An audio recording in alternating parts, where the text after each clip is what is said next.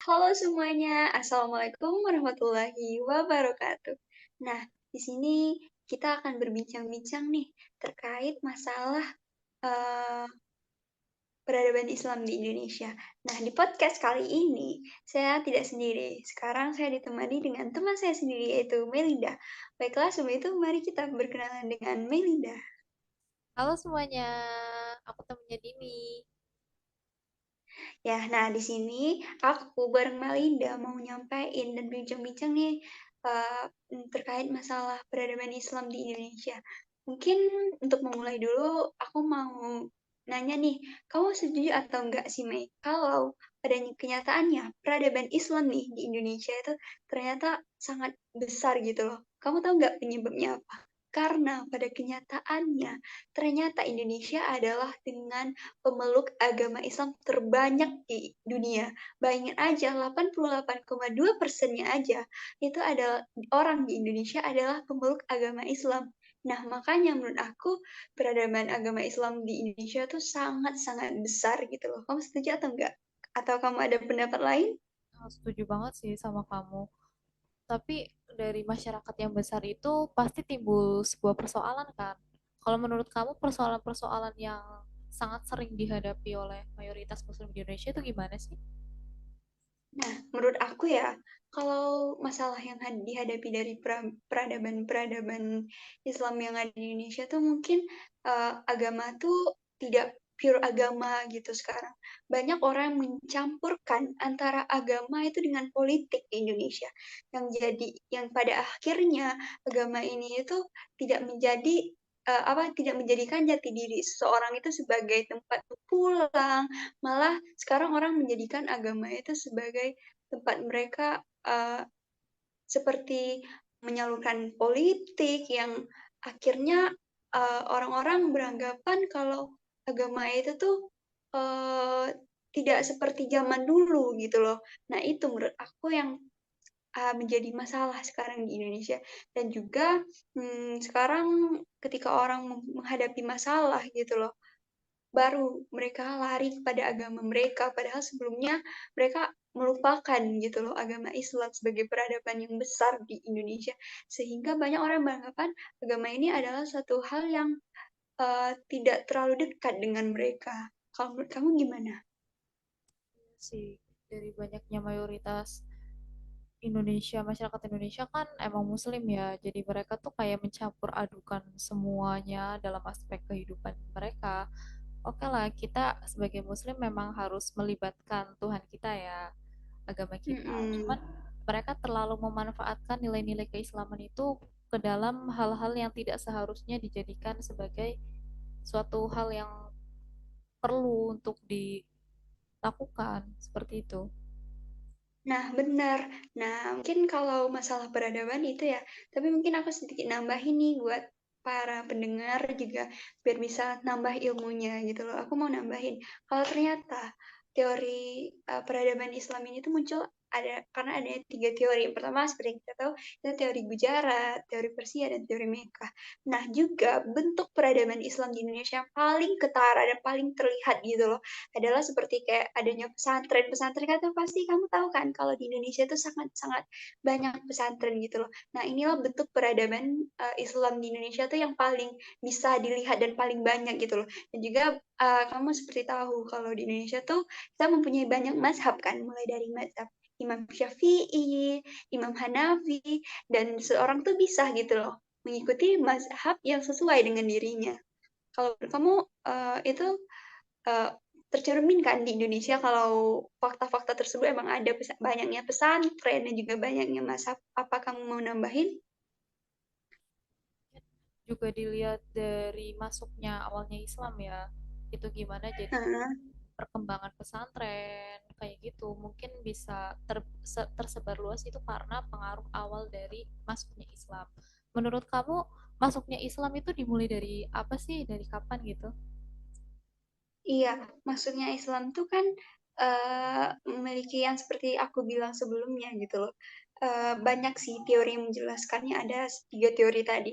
Tapi masuknya Islam tuh mungkin diawali dari waktu awal-awal mungkin perdagangan ya. Kayak kita tahu banyak tuh orang-orang yang dari kalau dari teori Gujarat nih, orang-orang yang berdagang dari apa namanya dari Arab itu pergi ke Indonesia, terus akhirnya mereka melakukan kayak perkawinan, terus juga banyak banyak sih faktor-faktor yang mendukung, ada 6 faktor gitu loh. Tapi yang paling menurut aku bisa aku jelaskan itu teori pernikahan yang mana orang orang dari pedagang itu tuh menikah dengan orang Indonesia dan ikut menyebarkan gitu loh agama-agama Islam di Indonesia sehingga agama Islam tuh berkembang dengan sangat pesat di Indonesia hingga sekarang yang sudah mencapai 88,92% gitu loh di Indonesia penduduk Islam yang berarti kayak itu tuh sangat-sangat banyak. Kita tahu sendiri kayak penduduk di Indonesia itu berjumlah lebih dari 200 juta orang dan itu tuh berarti bisa dikategorikan hampir dari berapa itu? 80%. Cuma 20% saja yang menganut agama selain Islam dan itu menurut aku perkembangan Islam di Indonesia itu tidak ada yang bisa menandingi gitu loh. Karena untuk di dunia saja ada Indonesia tuh menduduki peringkat nomor satu. Nah, mungkin bagian aku udah selesai ya, aku menjelaskan tentang peradaban Islam nih di Indonesia. Nah, aku mau nanya, kan kamu sebagai mahasiswa UI ini, kamu ada ide nggak untuk mengembangkan peradaban Islam dari UII gitu? Atau kamu ada belajar gitu, atau kamu punya ide yang misalnya kayak mengendap di pikiran kamu dan kamu ingin mengutarakan, boleh aja loh Mei, bilang di podcast ini. Oke, jadi sebagai salah satu mahasiswa ya di UI sendiri, UI kan itu perguruan tinggi Islam, di mana mereka Mm-mm. itu perlu menyebarluaskan pengetahuan yang mana harus sesuai dengan nilai-nilai Islam. Nah, sebagai mahasiswa UI sendiri, hal terpenting untuk bisa membangkitkan sebuah peradaban itu tentunya dengan mengembangkan yang namanya ilmu pengetahuan. Apalagi zaman sekarang Mm-mm. kan, kebangkitan Islam itu perlu diawali dengan ilmu pengetahuan karena dari zaman dahulu juga ilmu pengetahuan itu yang bisa menjadi sebuah peradaban baru dari Islam itu sendiri dari zaman Bani Umayyah, Abbasiyah gitu kan. Jadi di zaman sekarang relate banget sih kalau ilmu pengetahuan itu harus dibangkitkan sendiri oleh mahasiswa muslim maupun muslimah kayak gitu. Itu mungkin Oh iya benar. kalau dari kamu sendiri. Terus ya mungkin tidak jauh beda ya sama kamu buat ide mengembangkan peradaban Islam tuh ya mulai dari kita nih. Yang pertama, poin pertama seperti apa yang kita pelajari di kuliah. Kita masih mengembangkan pendidikan ilmu agama. Kita belajar Islam ulil albab yang mana itu termasuk salah satu ide buat membangkitkan peradaban Islam agar tidak apa namanya tidak uh, dilupakan oleh waktu dan dilupakan oleh mahasiswa. Berarti UI itu sudah menunjukkan pentingnya bagi mahasiswa untuk selalu meningkatkan atau memajukan peradaban Islam yang ada di Indonesia gitu loh. Benar sekali. Ya, apalagi kan UI sendiri punya landasan ya catur dharma. Nah, Iya, benar. catur dharma Iya, itu ada pendidikan, penelitian, pengabdian, dan dakwah Islamiyah di mana keempat hal ini saling berkaitan gitu loh dalam berkontribusi agar bisa membangkitkan yang namanya peradaban Islam itu sendiri di UI. iya benar sih. Berarti kayak UI sangat-sangat baik dalam apa namanya Berkontribusi. mengembangkan peradaban Islam gitu loh. Makanya aku sebagai seorang mahasiswa muslim gitu sangat-sangat bersyukur gitu loh bisa ada di UI dengan apa dengan sistem pendidikan yang masih sangat kental mempelajari agama sehingga kayak di masa depan peradaban Islam itu tidak terlupakan bagi aku sendiri gitu loh. Benar banget, Din. Benar banget. Apalagi kita kan salah satu mahasiswa hubungan internasional kan. Otomatis Hmm, dari pihak iya. kampus sendiri kan udah memfasilitasi mungkin dari segi pendidikan yang mana dosen-dosen juga memberikan pengetahuan atau ilmu materi mengenai hubungan internasional, teori hubungan internasional yang dimana itu nanti dikorelasikan atau dikaitkan sama nilai-nilai Islam sendiri. Jadi menurutku udah pas banget sih kalau kuliah di UI itu untuk membangkitkan peradaban Islam yang ada di Indonesia kayak gitu. Iya benar, kayak mungkin kita nggak tahu ya, tapi kalau seandainya kita nih sebagai mahasiswa jurusan AI tapi tidak kuliah di UI, belum tentu juga kita akan mempelajari kayak mata kuliah ulil albab sedetail ini. Nah, yang bertujuan untuk tetap membangkitkan peradaban Islam di Indonesia. Makanya dari itu, menurut aku ya UI sudah sangat-sangat merepresentasikan kayak idenya dengan sangat baik demi peradaban Islam di Indonesia gitu loh. Apalagi perguruan tinggi ini kan apa ya, kelahiran dari para intelektual muda gitu kan. Nah, Nah, benar kayak sangat banyak kan para intelek-intelek sangat-sangat berjasa gitu di UI yang sangat-sangat keren. Yang mana hampir setiap gedung tuh kan dikasih nama sih sama para intelek-intelek gitu. ya, Sangat menarik. Terus Mei? dan ya mahasiswa sendiri kan salah satu intelektual tersebut kan. Otomatis Hmm, juga para intelektual tersebut harus mampu untuk memberikan kontribusinya terhadap kebangkitan peradaban Islam sendiri. Nah, kalau sekarang menurut kamu penting banget nggak sih untuk bisa mendorong atau mendobrak para pemuda ini dari intelektual mahasiswa atau mahasiswi UI sendiri untuk bisa membangkitkan peradaban Islam? Menurutmu gimana? ya, Gitu. kalau menurut pendapat aku ya, seperti yang dari awal tadi aku bilang, itu sangat-sangat penting gitu loh. Uh, Seperti yang kita lihat, kita tuh sudah hidup berdampingan mungkin dengan rata-rata para penduduk Islam gitu loh, karena penduduk Islam di Indonesia itu kan sangat banyak gitu loh.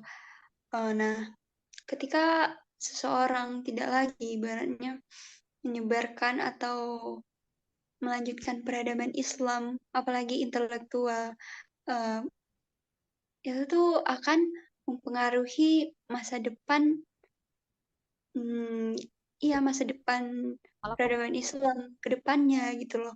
Yang mana mungkin dari yang 88 penduduk yang Islam gitu loh, mungkin karena kurangnya orang ingin meningkatkan peradaban Islam di Indonesia, itu akan mengalami penurunan gitu loh. Maka menurut aku, Mei, itu sangat penting. Menurut kamu? iya sih sangat penting untuk bisa mendobrak atau mendorong anak mudanya sendiri, terutama mahasiswa Iya, anak muda itu kan sebagai apa namanya? Ya pelopor. sebagai penerus, sebagai banyaklah kalau seandainya tidak anak muda gitu loh yang punya intelektual tinggi yang bisa menilai mana yang baik dan yang benar, lantas siapa lagi gitu loh. Para orang-orang zaman terdahulu udah melakukan sesuatu dengan sebaik-baiknya gitu loh. Maka peradaban Islam hingga sekarang itu tuh masih berjalan dengan baik.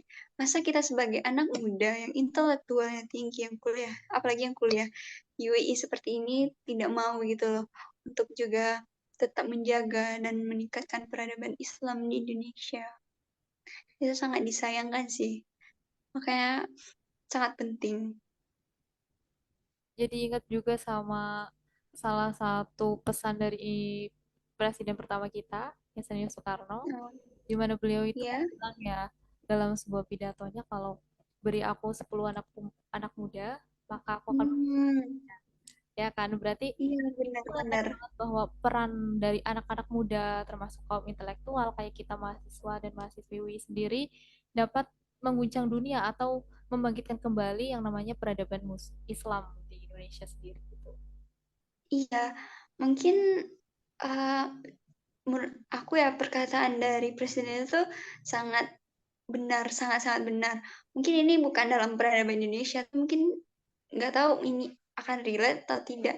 Tapi tidak harus dari peradaban Indonesia, tapi untuk kemajuan Indonesia saja, uh, para pemuda itu bisa gitu loh.